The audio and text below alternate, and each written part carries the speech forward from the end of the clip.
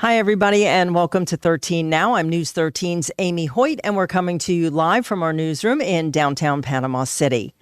We are talking today about Panama City. If you live or work, you know it's the county seat. There have been some changes there in leadership, and we have a brand new city manager. Many of you will recognize him because he is from here, but we're going to introduce you right now to your new city manager, Jonathan Hayes. And Jonathan, we're so happy to have you here. Glad to be here, Amy. Thanks so much for the opportunity to sit down. Now, just in case there's one person out there who doesn't know you, you did grow up here. You're from here. I did, yes, ma'am. My family's been here in the Panama City area for almost 100 years. Wow. And tell us a little bit about yourself. Married, you have 5 children, right? I remember. Yes. Yeah. My wife, Tammy, and I have been married 23 years this year. And we have 5 kids, all 5 of them born here right in Panama City. Wow. Now, when you left Panama City, you did leave for a few years. You went to work for Congressman Steve Sutherland at the time.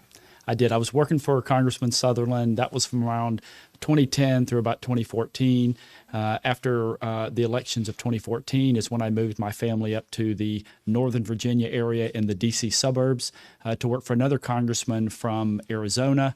Did that for a number of years and then had the opportunity to serve in the Trump administration as a presidential appointee at the Department of Health and Human Services. And then in the summer of 2021, I had the opportunity to come back here to Panama City just a couple of years ago and work for the city. And so that's what we've been doing since then. Before we move on to that, I just have to ask you, going from Panama City to Washington, D.C., what was that like? Was it kind of a shock to the system or no? Not really. I had the opportunity to commute back and forth during the time that I worked for Congressman Sutherland because I was from Panama City and from Northwest Florida.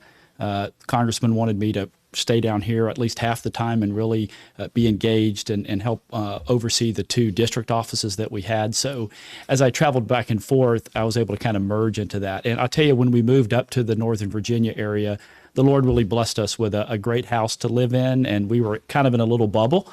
We kind of joked that it could have been, kind of like Panama City, where everything we needed was in, a 10 to 15 minute area up there. With the exception of me, I had to commute into D.C. and so it was a big change, but we adjusted well. And my youngest, who kind of grew up there, keeps asking about, does it ever snow here? And we're like, not really in Panama City. He misses the snow that we had occasionally in Northern Virginia. Right. And just in the interest of full disclosure, you and I have known each other for years because you worked at the TV station here a number of years ago. That is correct. I was here from 2004 through 2009 and really enjoyed my time here at News 13. That was when I got really engaged with our community even more and with the Bay County Chamber of Commerce and just getting to know so many people. So fond memories of working here. A couple of transitions with some of the owners through the years, but it's great to see what y'all have done with the station here following Hurricane Michael. It looks like a totally different place on the inside. It is. We're proud of it. Yeah. All right. So when you first come back in 21, what was the job you first took? So former city manager Mark McQueen recruited me to come and be the logistics director, and that was over the divisions of purchasing and procurement, warehouse operations, facility maintenance, IT and cybersecurity, and risk management. And then you moved into Public Works after about 10 months or so. He gave me a number of action items that he wanted me to accomplish, and once we did those, he then asked if I would consider moving over to Public Works, and I did that in the spring of 2022. Now, what does that mean, Public Works? So the city of Panama City has done what a number of cities have done, and they've combined Public Works to be both the streets, the drainage, the solid waste, and equipment maintenance with the whole utilities operation. So that includes your underground utilities, your lift stations, our 2 wastewater treatment plants, as well as the lab. On top of all that, the engineering team, the construction engineering inspection team, our surveyors, environmental compliance, project management. It is the largest department in the city with somewhere, 250 employees. Plus or minus. So that was the Public Works operation that we had, and it was a 24/7 department when you think about everything that they were responsible for.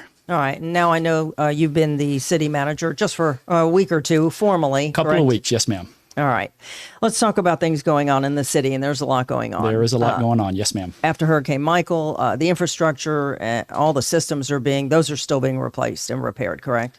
They are. We have a number of mechanisms and efforts underway concurrently to repair a large part of the city. Immediately after the hurricane, the city leadership brought in an outside engineering firm, Mott McDonald, to take a real deep and objective look at all of our infrastructure and all of our utilities so that we could move forward in a very informed and objective manner to determine where we should focus our priorities. And they refer to that as the heat map that painted a picture of infrastructure. And probably no surprise to many people, some of the areas in the Cove and in Millville and in St. Andrews were identified because these were some of the first areas that were settled and developed 80 plus years ago. And so that's why some of the focus began where it did. And honestly, some of these projects were even in motion prior to the hurricane, such as the deep part of the Cove and some of the areas in and around Millville and some areas here in downtown. Again, just given the age of that infrastructure and what we knew about it. And then, that was all kind of put on pause with Hurricane Michael in October of 2018, and then they took a real objective, broader look and reprioritized everything. And now we have several hundred millions of dollars through a number of funding avenues and grants that are underway right now in the city. Is that FEMA from the hurricane? Some of it's from FEMA. That's the HMGP, which is Hazard Mitigation Grant Program. We also have some CDBG-DR, which is Community Development Block Grant Disaster Recovery.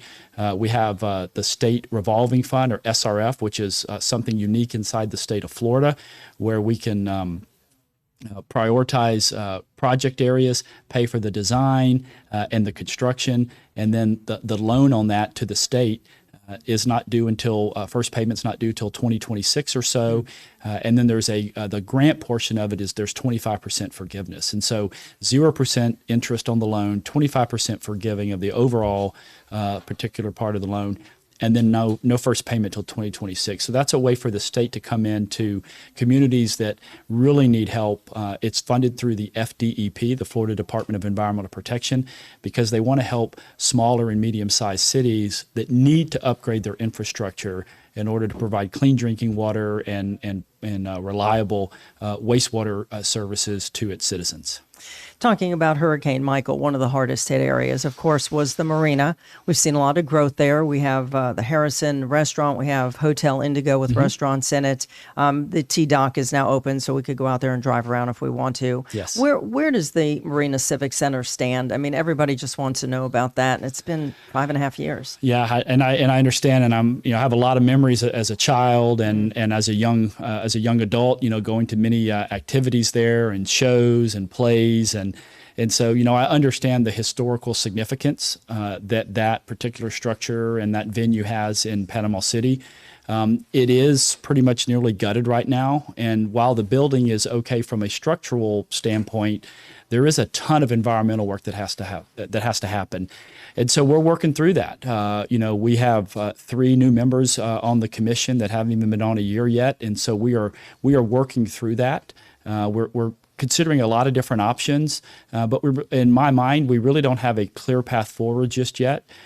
We do have a bid to demolish it, but there's no desire to rush into that, and so that bid's going to be good through the summer as we kind of take time here in the next few months and in a very deliberate fashion, just kind of discuss what are our options moving forward with the downtown Civic Center. What will it actually cost to potentially refurbish it and remodel it as is? Are there some modifications we could make to it that would make it maybe a more versatile type of facility? And what does the community have the appetite for? I do know that, again, while the building is structurally okay, there is a lot of, I just want to reiterate, there's a lot of environmental work that has to be done to the building in order to preserve it, and we don't want it to deteriorate. So that's something that our facility maintenance team is very keen on and focused on right now as well. So they check on it? We do. We keep an eye on it. I've been through it a dozen times since I moved back about 2 years ago, carrying a myriad of outsiders through there that want to come in and help be a part of it.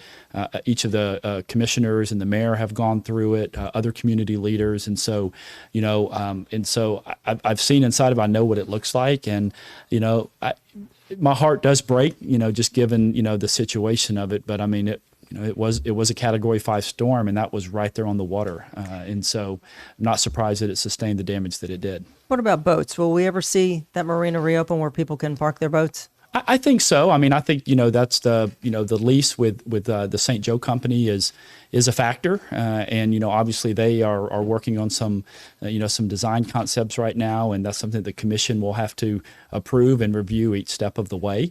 But I knew that is the desire of the commission to see the marina kind of get back to the glory days. Now, what exactly that looks like is that's a work in progress right now. And so, but yeah, we want to be able to, have boats down there, have more activity, eventually see another ship store and another type of retail. And so, I'm going to work with the mayor and the commissioners, as well as our senior staff at the city and the St. Joe company and any other company that wants to potentially partner with the city to help move that forward.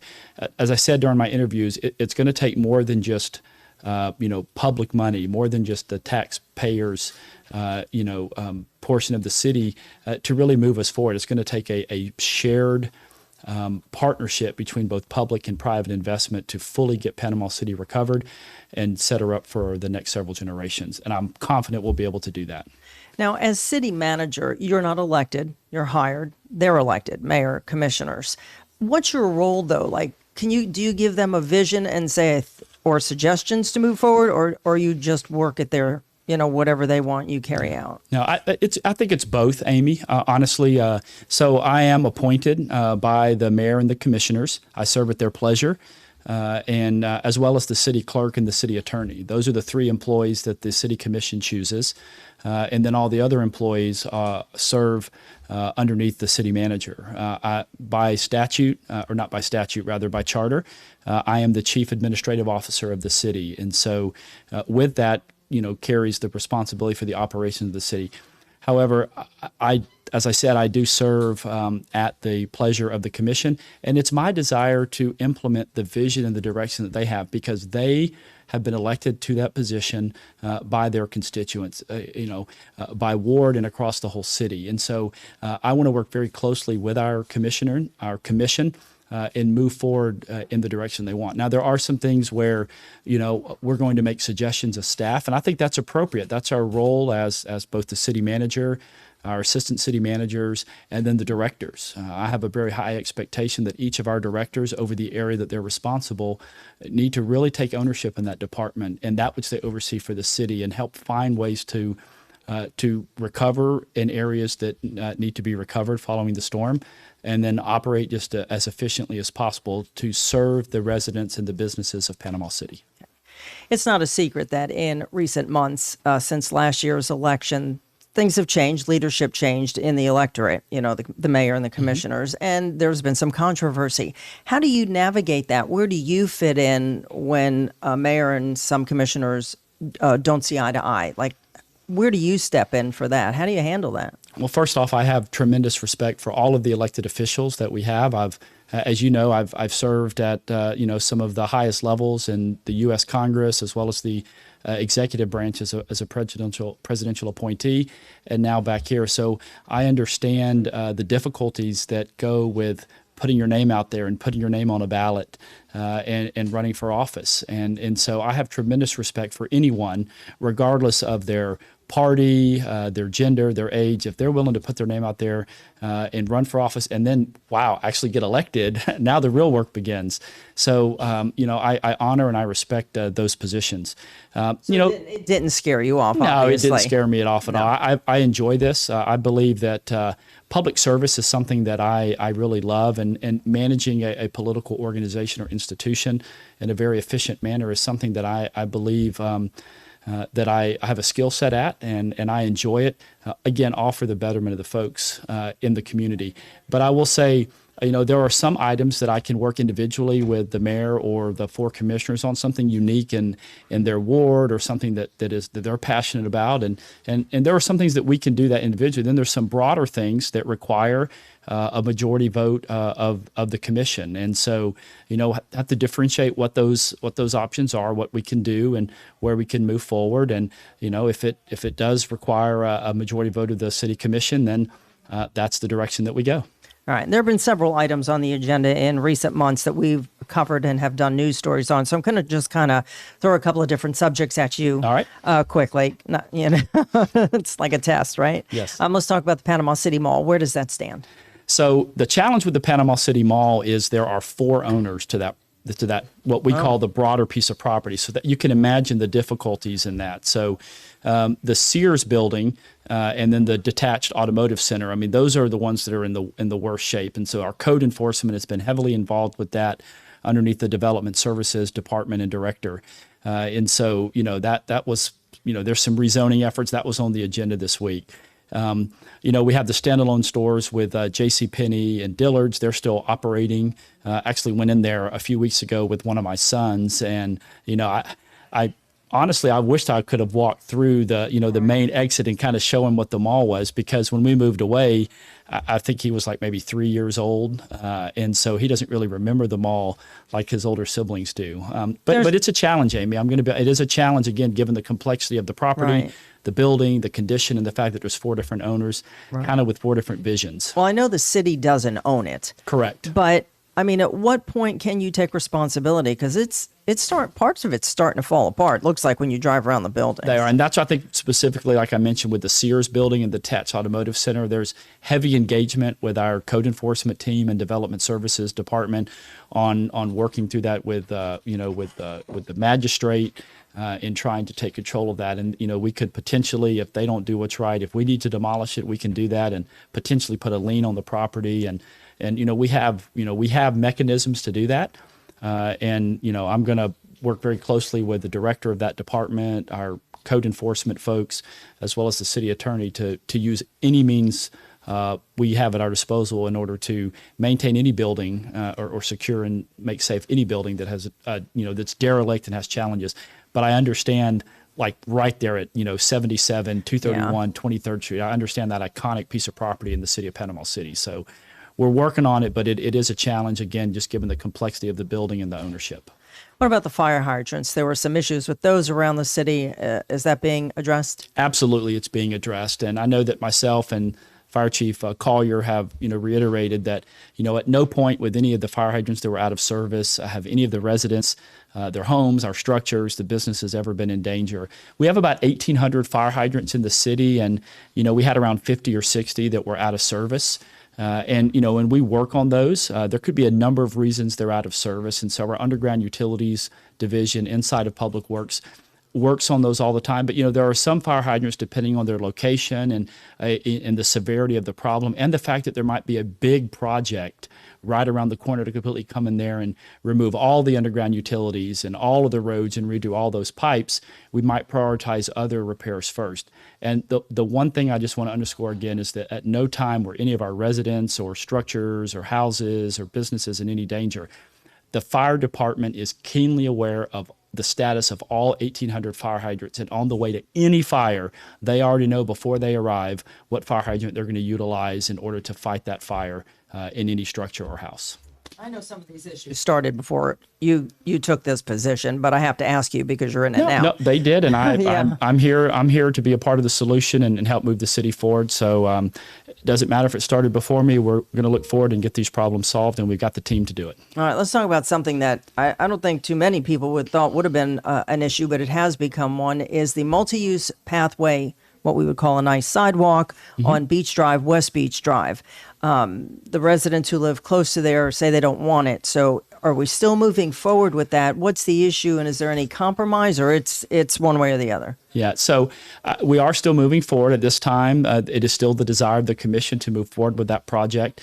And just a little bit of background: we had a workshop or kind of a public forum on this a couple of weeks ago at Gulf Coast State College.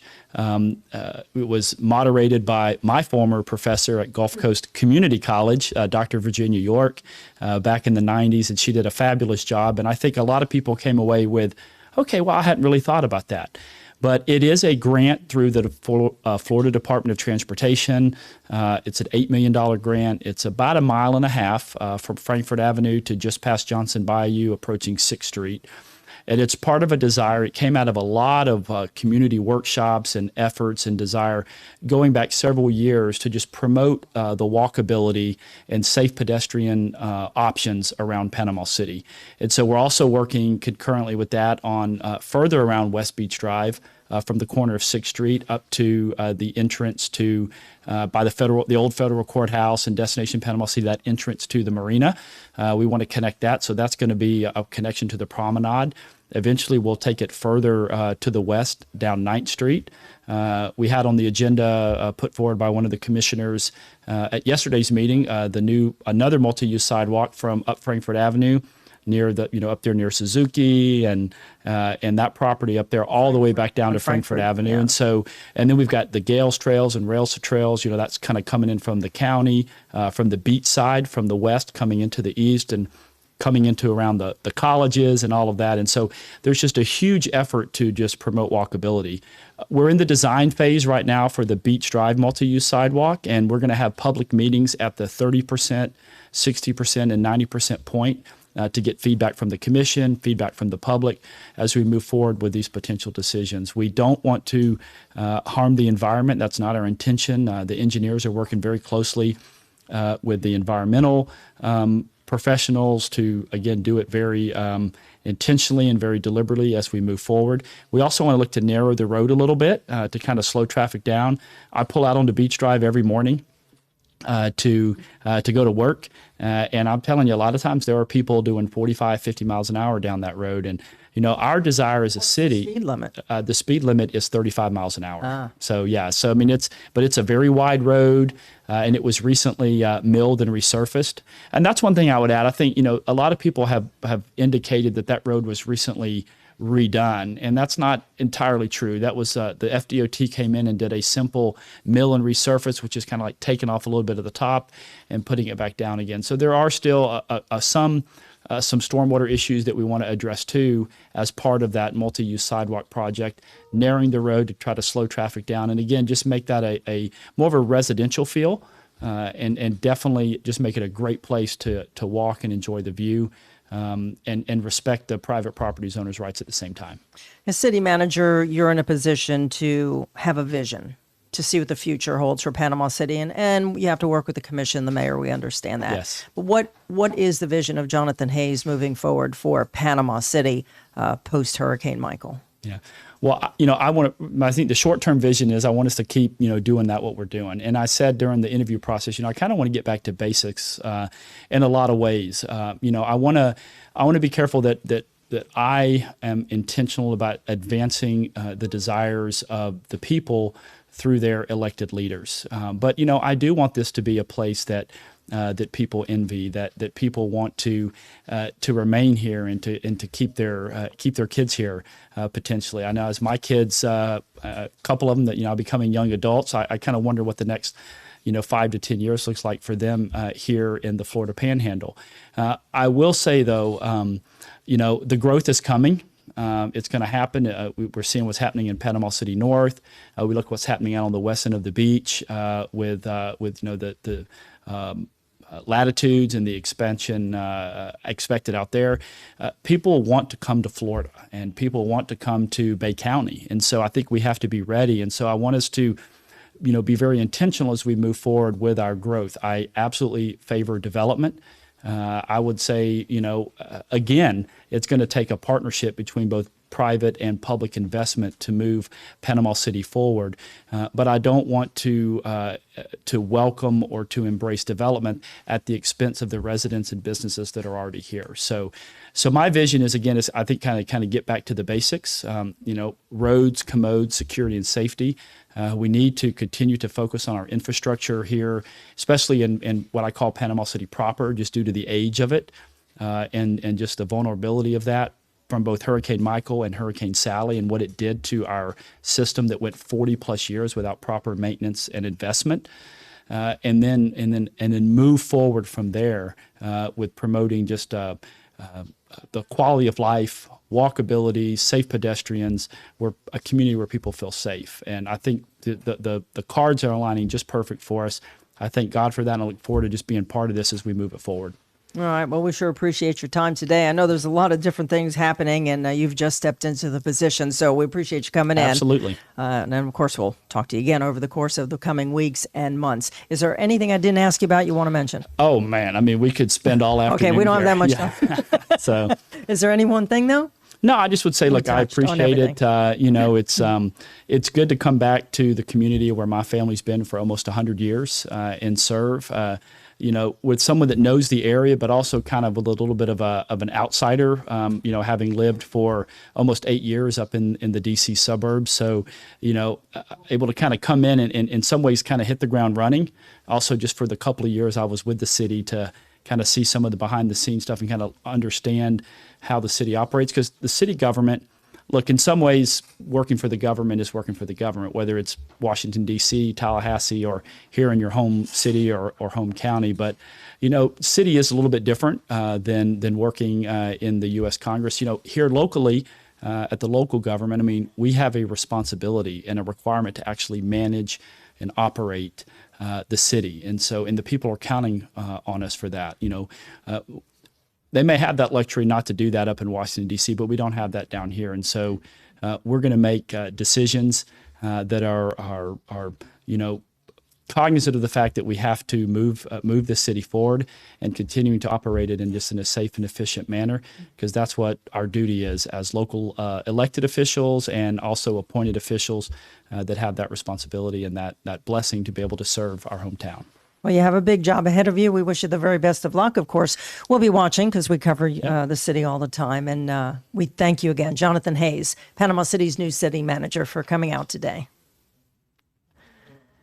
And that's it for now. We appreciate you joining us, and we hope that you enjoyed listening and learning. And we always encourage you to take part. If you live in Panama City or whatever city you're in, call your elected leaders.